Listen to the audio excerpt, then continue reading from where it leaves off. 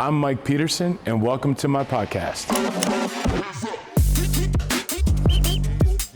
What's up, team? Glad to be back again, sitting here with Vince. So let's break the huddle and get after it. Vince, how you doing, man? I'm doing good.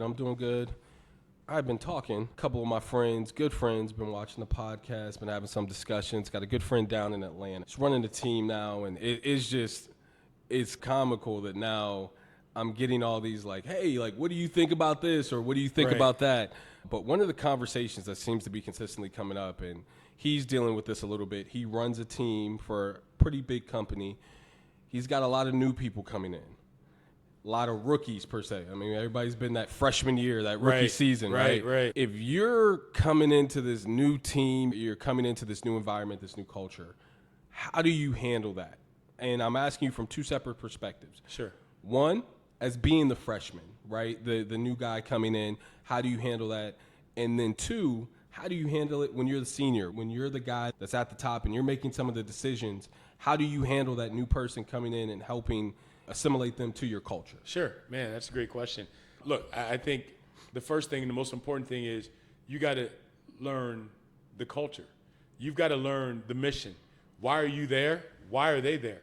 What's their goals, right? Yeah. Spend time talking to your teammates, okay? To me, that is probably the most important thing that you can do. What you don't want to do is, and we all feel this way, like we have to come in and prove ourselves, right? And I remember in college, right? So here I'm in high school, right? Being recruited by all these schools and Michigan States, Purdue's, and Iowa States. And I go to Youngstown State because of my family. They wanted me to go there, particularly my mother and your dad.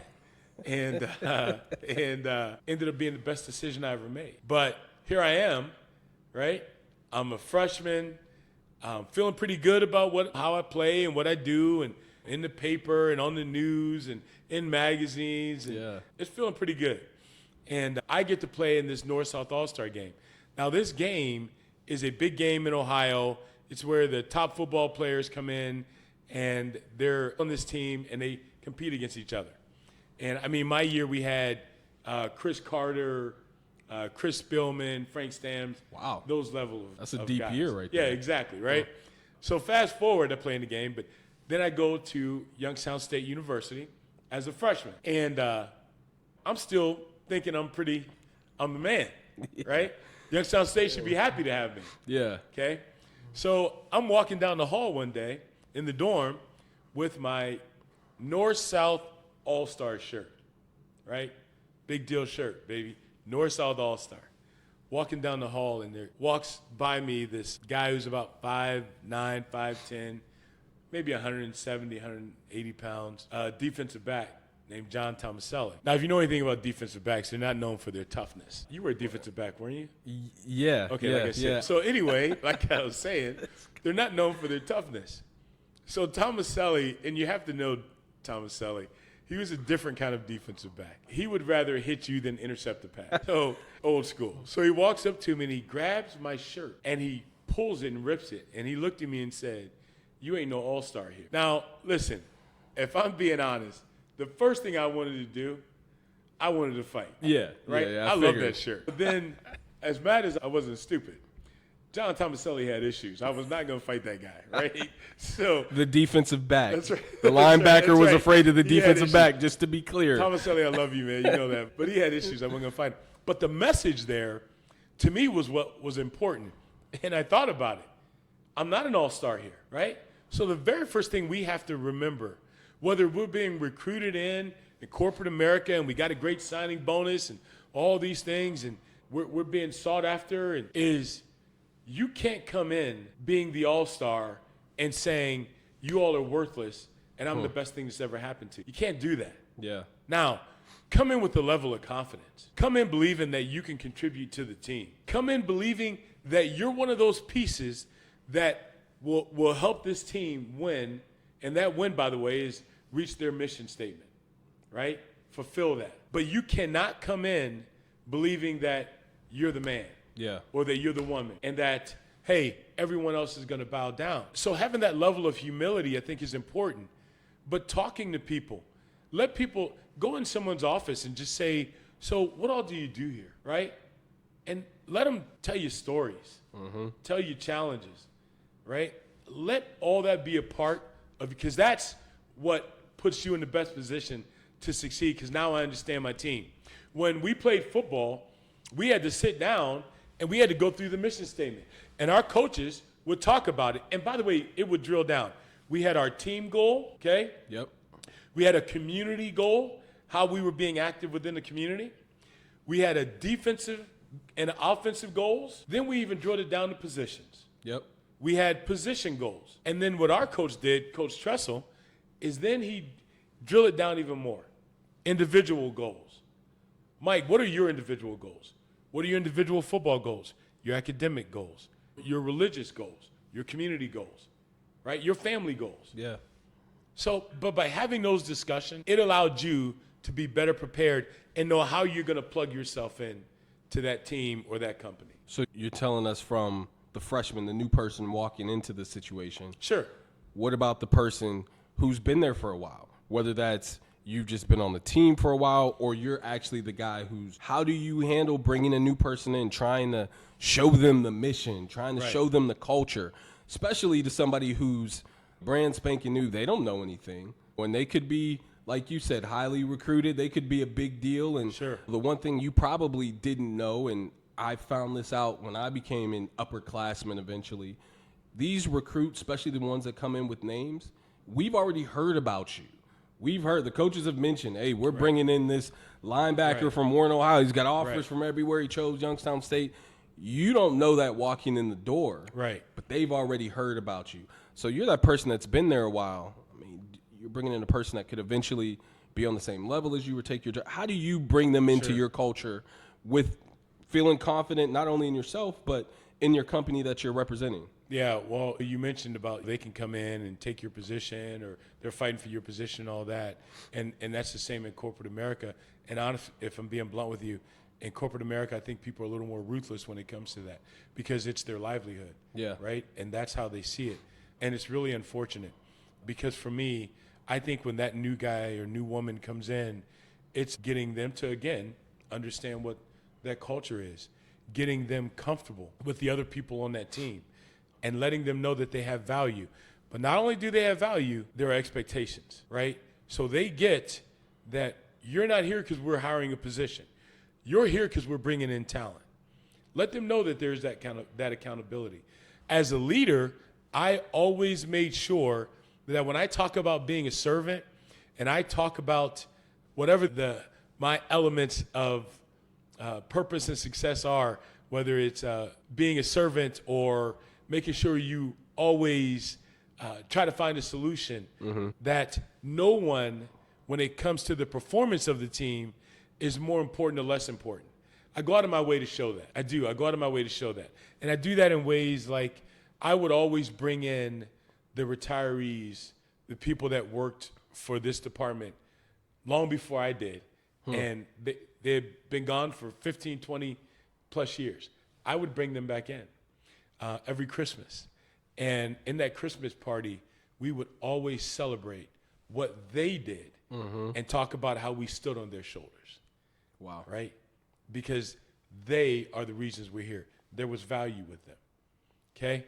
To that new person, would always, that opportunity, get a chance to talk about something positive that they did.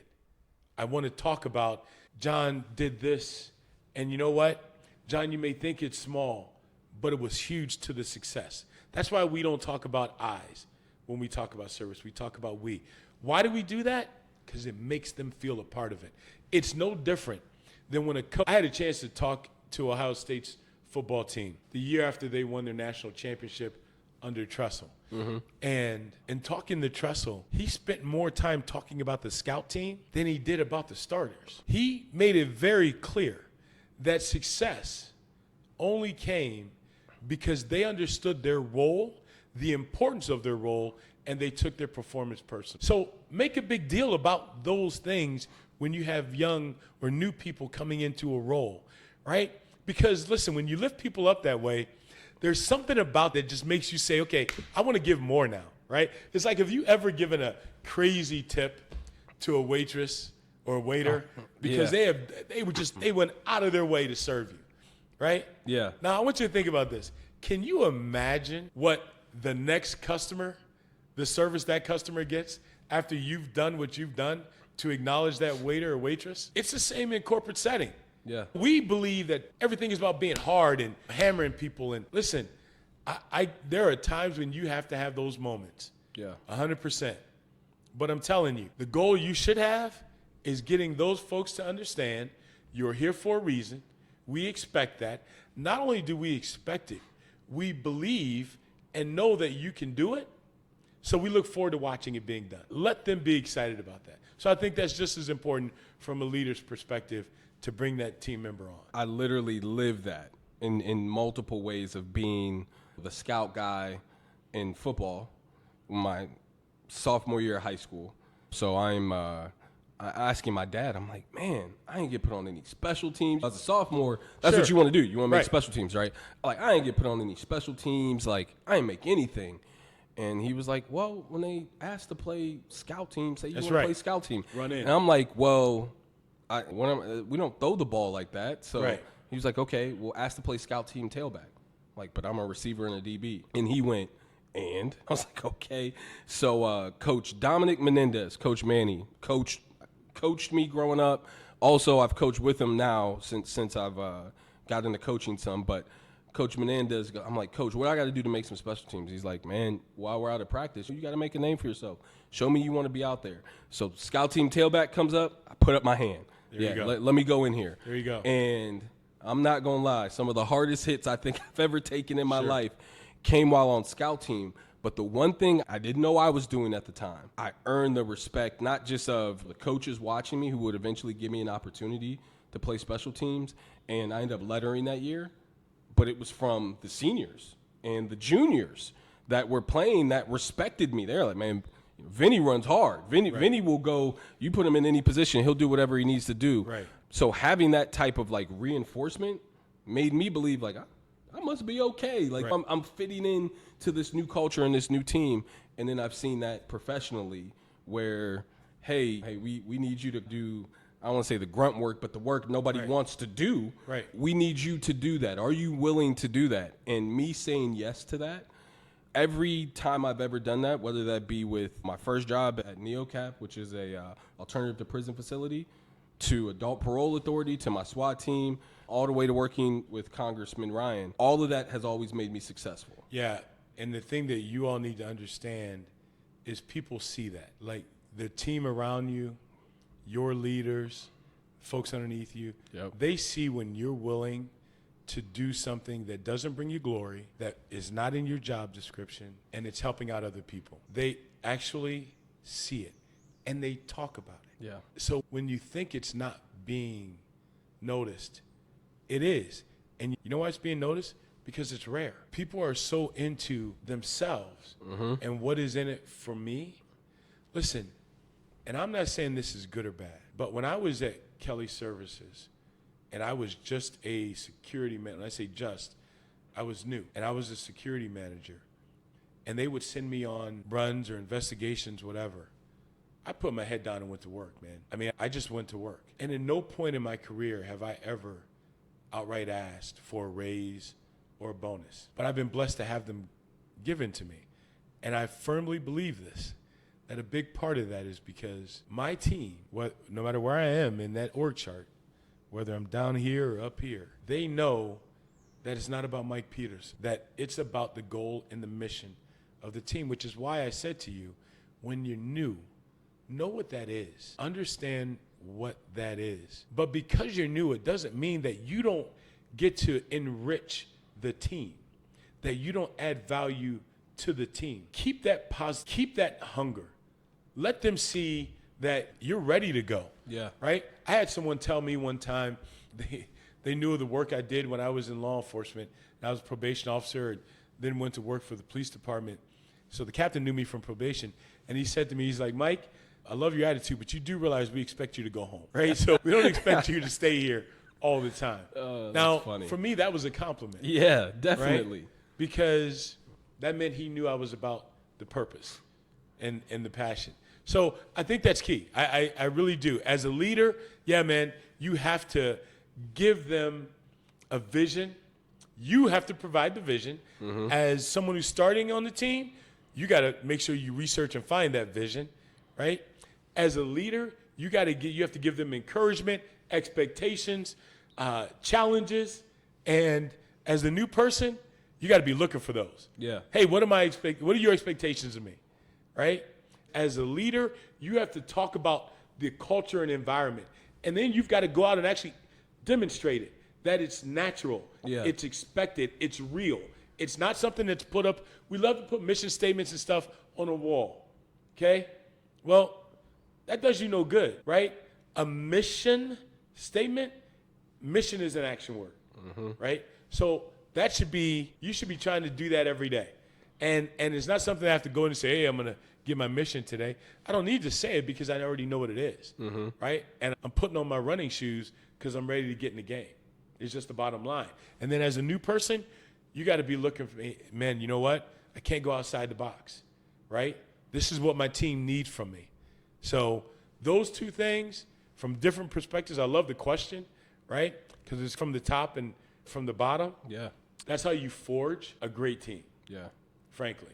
And I think if you look at coaches, and I say coaches, CEOs or senior leadership folks and sports coaches, when you look at those that spend a lot of time on culture, right?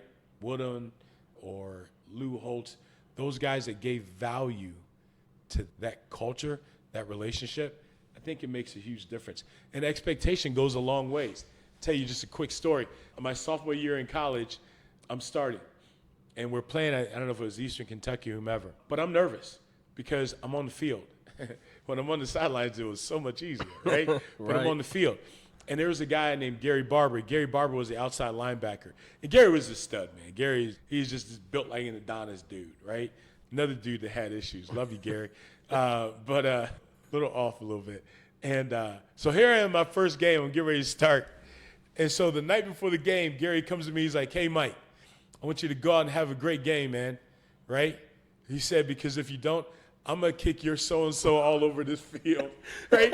And I'm sitting here thinking, this is not the motivational speech I thought I was going to get. He said, because I know what you can do. I know how you can play, and I expect that. Now, what did he do there? He raised that level of expectation. Yeah. Right? Now, what you should know is I think I had 3 sacks, 15 tackles, and I was USA Today Player of the Week, Defensive Player of the Week. Wow. Right? There's something to be said about when someone has that belief in you. That was important. So I believe in that. You were talking a little bit about culture and understanding the culture and of where you're at. I know you just spoke to a conference for a company in Europe. Right. And was that just like in a specific place in Europe, or was that like for all over Europe? How big was this conference? Yeah, so I think it was like 500 or so people, and they were from all over. They were from Luxembourg, France, Germany, Romania. I had to say Romania because my wife's Romanian. You better say that. Yeah. She has issues too. And but it was awesome. It was. And even the crazy thing about that conference, I had this question. Are the challenges that people face the same, no matter what part of the world they're from? Yeah. And you know what they are? They're actually the same. And that conference was awesome. I mean, it was just a great time. And I thought about 90-something%, 93 or 95% of people realize that having a positive mental attitude is critical to success. That's great. But the problem is 85% have admitted to struggling significantly with their level of confidence. Now, when you talk about when you're new to a company, right, that level of confidence is key. And then there's a group, they fear having what they call imposter syndrome, where they get found out that they're not as good. Now, I'm not going to lie. I've been there. Me too. Right? I've been there. Yeah. People are like, hey, man, great job, Mike. You're awesome. And you're sitting there thinking, man, if they only knew, right? But the reality is, it's that level of confidence, right, that has an impact on the team. And it's important for us to understand this from a corporate setting because of a couple reasons. One, if you are not feeding your team, If you are not lifting up your team, then you're missing out, right? Yeah. You're already missing out. And if you are not feeding yourself as an individual, okay? If you're not trying to find ways to stay positive, listen, all around us is negativity. It's on TV. You see it all the time. Guys are hanging on to a building and she has to reach this rope and they're just short and they fall. Yeah. Right? Or someone hits success and then at the end they lose at everything, right? Society loves to tell you about negativity. That's why I only watch Hallmark movies. Okay? I like Shout out movies to where Brooks. the ending is positive. And Yeah. no joke, by the way. Right? So don't judge me. But that's the struggle that people are going through on a daily basis. So as a leader and your mission statements and your purpose and all that, man, you better be feeding your team. You better be individually lifting up.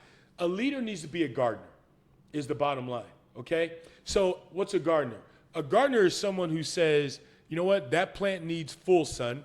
That plant needs half sun, more water, okay? That plant needs this or that, right? Because then that's developing a team.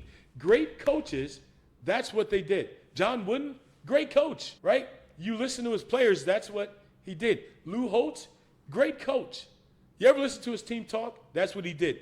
Jim Tressel, great coach. If you talk to any of his players, they're going to tell you nothing about football. They're going to all talk about the type of coach he was and what he drove into you and his expectations. And then he developed you, the individual, which, by the way, if you develop the individual, winning's a byproduct of that, okay? Yep.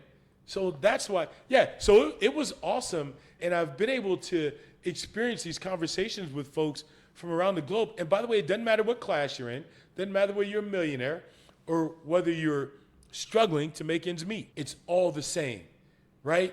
Fill a balloon up with helium and it's gonna rise, right? Fill it up with water, it's gonna sink. It's just the bottom line. And keeping on that analogy, it's the mindset of glass half full, half empty. Everybody loves to say that. Yeah. I am less concerned about how full it is and more concerned about what it's full of, right? So if it's negative, guys, our mind wants to talk about and think about why we can't achieve something. You always have to find the reasons why you can. Althea Gibson, I think she was the first black female Wimbledon champion. Okay. And she made a comment. She said, there are two types of people. Those who say it can be done, but, it's going to be really difficult. And those that say it'll be difficult, but I'll get it done. That mindset changes everything.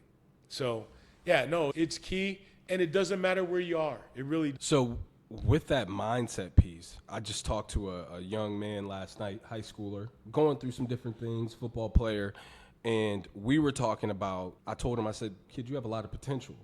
I said, but potential, my coach used to say, you can have all the potential in the world. It can get you a cup of coffee, maybe, at a diner somewhere. That's right. And I'm like, dude, it's up to you. How do you unlock your potential?